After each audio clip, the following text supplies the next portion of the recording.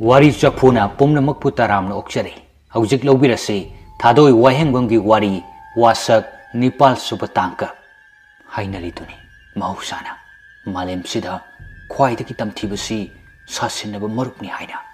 ngasida khanglale kayamuk yamna marupna maruki khanbagi haibase aina diaujik sukale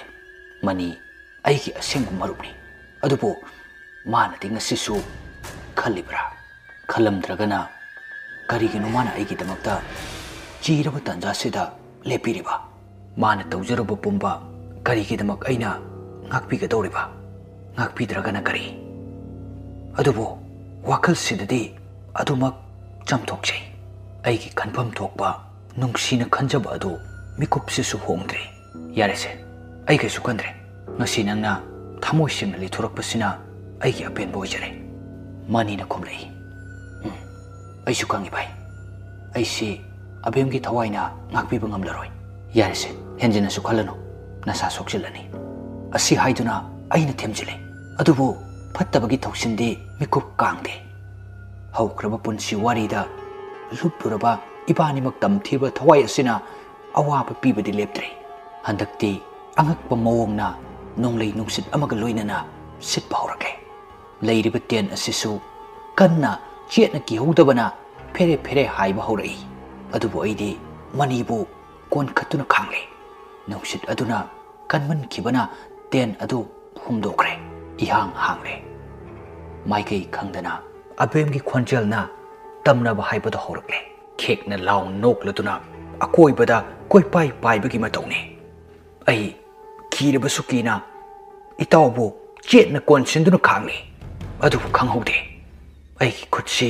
kana kumba amana pairaga jingthorai phana kan honarabasu upai leitre manidu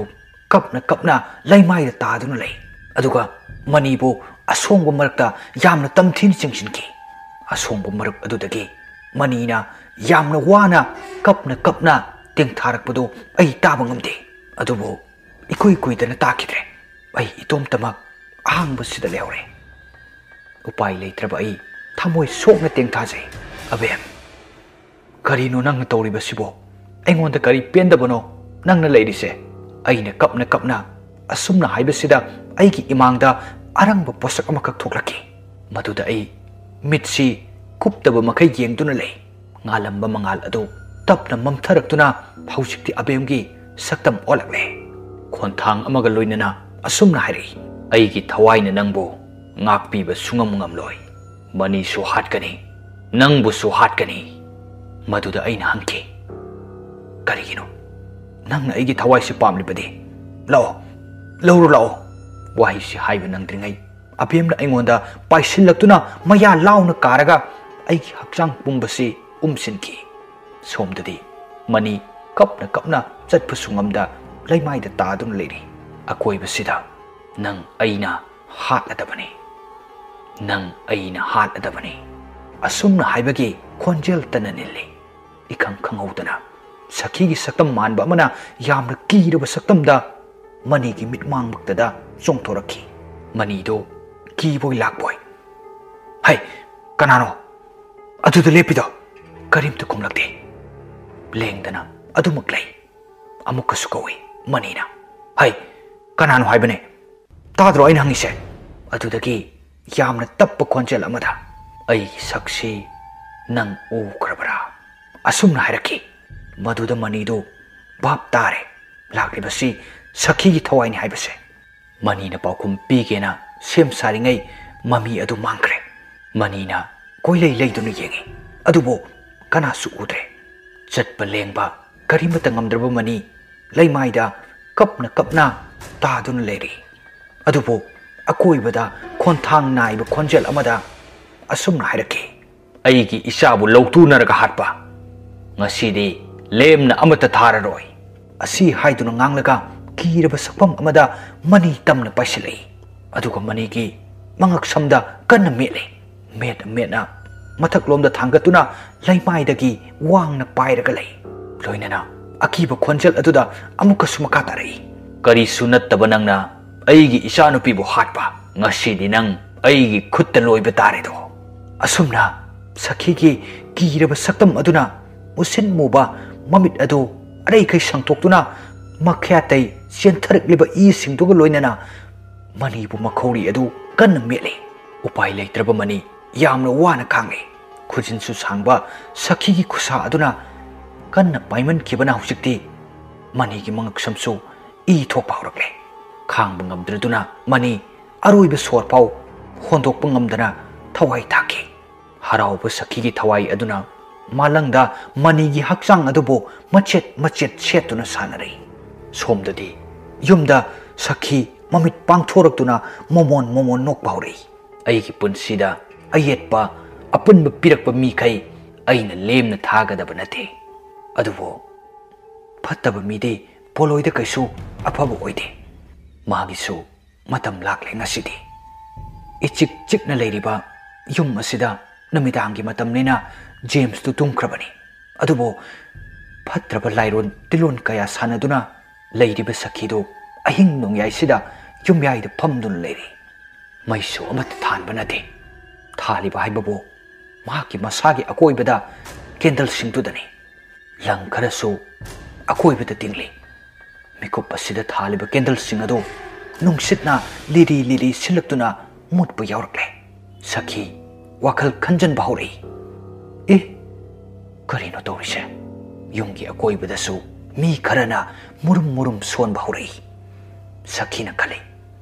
मागी करंब मंत्र सोइकिदुना सरोइ ngaroisi मागी मनाक्ता हलक्लिबनो हाइना खन्ना खन्ना मागी मनाकोंग अदु फक्लांग the तब नपसिंदुना ताई अहान बददे करीमत तारमदे अदुबो फक्लांग दुके हेक वांगबदा नुपी अमना कन्ना लौसिलकपदु ताबदा खंगप्रेक खंग चोंथोरई अदुदगी जिंगम मथक्तसु मी अमना कोइसेन चेनबै मकोल तारकी अकोइबदना मिकप बिराव खोलकी खोलाउतना निले सखी तसेंग सिगी मतोक्सिद किरे हाइजब माही पुथोक्तुना मसाबो ngakchenabo hotnajari adubo henadum upai leite mamang thong adu tapna hangdorai mamli mamli tauba ka asida phanek chona setpi masam loinamak mangda thadaraga makhu animak tingthoktuna tapna changakpadu sakhina ure hana mamangda lai phataba sanajarabasu sigumba thaudoksi thokidribanina sakhi aduki matkire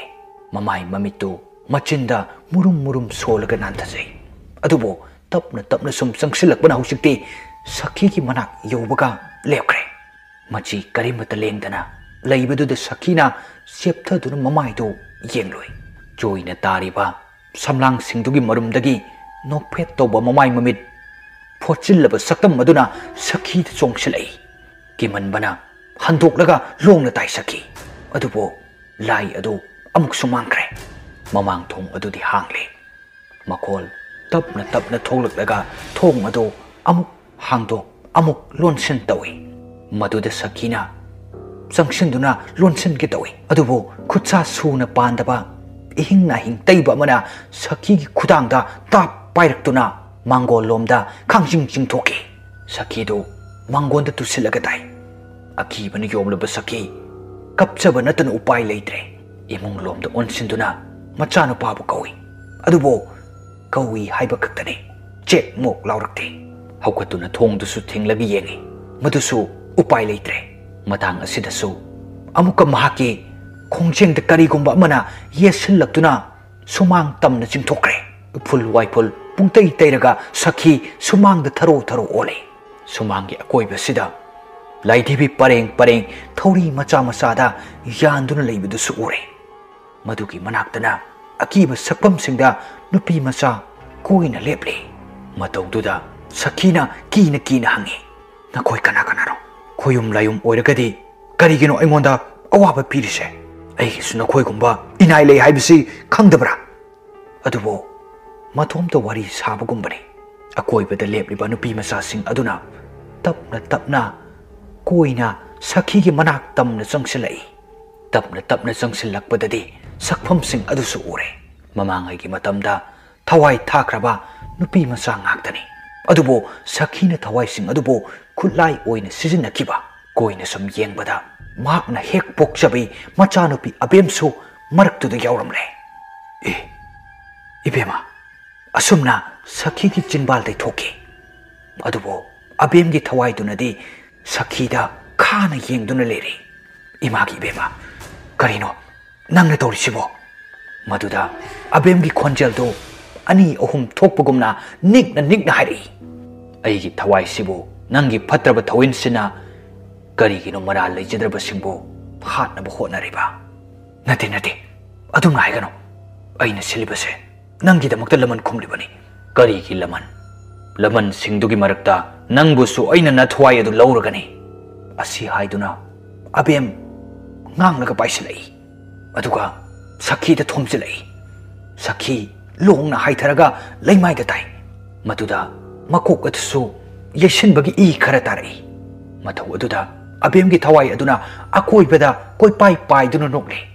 lairam banu pi masa sing adusu amata lairam dre akoi ba malang du dei asumna amuk sulauri mara leijadaba abung sagi nu pi busu karigi nangna phajin duna thamle ngasi phawbo lairam lenda leiba ngamdana nangna aibu olibase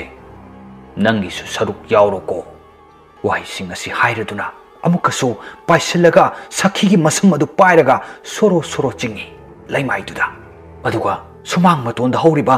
haino pambi aduda thomjele sakhi khangbada aduki matik warami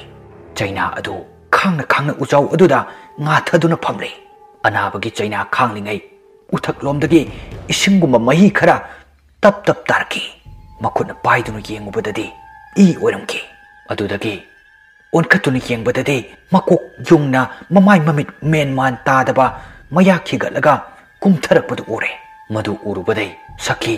amuktang kanna lauramnaga chentorai imungda chensin ge tawbado khanghaudana sakhi gi lengjumda abem gi thawai aduna tongsilai abemna lengjumda tongsilakpasida sakhidu laimaida mamaiduna sujilaga dai tonglomdana abem gi thawai aduna makhu animak longna thektoi khang bangamdraduna sakhi kanna lawi ngasai dei ichikna lairamba imungdo sumangda law khongbai makoldu tabada james hogalaktuna chenthorei mangon hek yobaga mamana longthektuna laibagi matawdu ubada chensin gi tawi adubo tunglomda nupi amana kanna yali nupi adu atai kana sunate priyani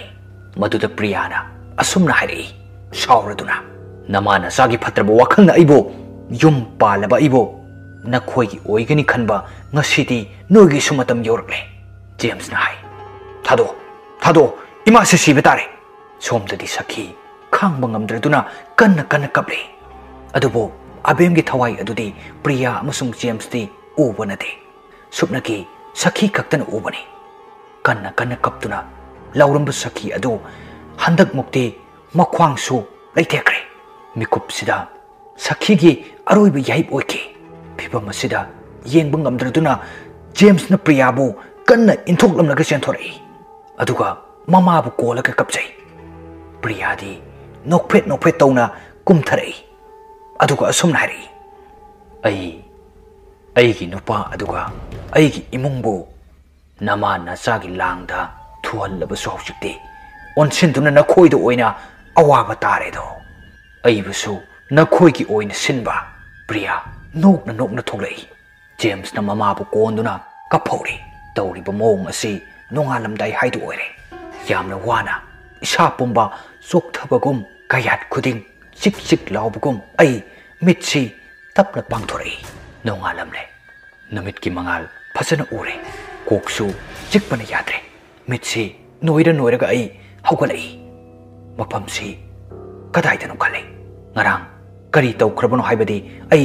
machet ama pawu ningsingdre mapamsida ai kari amuk tawrukdoino aina tawbu ngamba leitre khanduna ai yumda halage chapjungna khale leiriba potchai khara adu yumsinduna ai yumlomda halakle namit ki maika yengladuna ai kumtharakle kaina thangda yum tagadaba lambi adu yaurakle tapna sum lakpana yum su yaure ima baba aigi nupi punna uba matamda ai mittagi pi sintharakpa khangaude kainaruraba imung amuk punba matamda thamoi penna tengthajai प्रियाना हाइरई दापुंचा अखोई इमुंग तारिबा अवाब कयासी सखी ने तौब ngaktani सखी अमदी मागी मचानुपा James ना अइबु मखोई की ओइनबा फादुना थंबनी अदुगा नंगी मरुप मनीसु मखोई की मरकत यावे असुमना प्रियाना कपना तंब पाव कयादो अई तारे वारी पुंबा लोइना खंगलदुना अई लमन खुमननब सेम सारे मिकुप सिमक जेम्स की मनाक्ता चटके खनबनी अदुबो इमा बाबाना खामले मिंगोंदा काइजदबा इमा बाबा ओइरुबना मीना सोरकलबसु ngakpigदबनी हाइबसिना मरम ओरगा अई युमदा लेंगदना लेरे खंजिलुब तौदना वारी कयाना ngसिदि ताइबंगसिदा थोकलरे लूना खंजरुब मनी हुदगिसु हेना खारमले चिंगनेदुना लाखिबा अबेमगे वारी सुखंगले थाजब थमलुब आइना सोइबनी हाइबसे इसाना हौजिक्तदा खंगलबे मखोइना तौरंबा फत्रब थबक कयागुमना लमन खुंगी खलंबा आई वखल खजिक खजिक फाथदुना पुलिस ता ताकलगे लेबले अदुबो वखल सिददी अमुक अमुक इखुत पेना लमन खुमलिंगे लूना खंजरुब मनी मतम कुइरबई ममांगदे अबेमबो खंजदुना माबो लौननब होनरंबा अइगी पुनसिददी मंगलान अमगुमने ngasiगी numitchima iren jana potharaga hayengdi wari pumba mipum khudingda tamlage khale asumna numidangi chaktu punna chaminare ima hoi baba hoi aisu aigi nupisu tumnaba sem sanare phamongda heblabasu tumthaba pakna yade wakhal amada adum ungduna lei adubo loi khradra khaluba thongdok amuksu thonglak pahori aigi ka adugi leiriba phaklang adugi wangmada nahi bamanba khonjel adu taba hori ai nakong asi thangkatuna tai amuksu miyoi khara akoi basida gurum chen badong tawri huran bo ori boining duna ai tomin phamung de kumtharakle aduga lona thoktuna kari hugi tawri banu yengi khali maning lom da chen ba man ki banina ai chakhum lom da thoi chakhum hek yoruk badadi ai khangning ning singi tors amatang paira amati haina adubo hera hekta pharage khana thong du hangdui ingkhol chu thek ta horiba lafu pambi marakta mi ama ani manba adu suwi kari tawrakke haiduna ngayak yenge adubo lafu makhong adudai suktok tholaktre amuk su wakal sida khalai ai mai ama lotho ban chungani haina masidagi ai imung jangi tawbudadi maning thongdo lolamle kari matawno haina khale ngasisu chanana tawrido haina khale adubo hana kumna ai akibadi thoina leitre ngasigi tangka kasi matang asida tension jari makha taba wari khangbi nabagi damak mathangi episode ngai minasi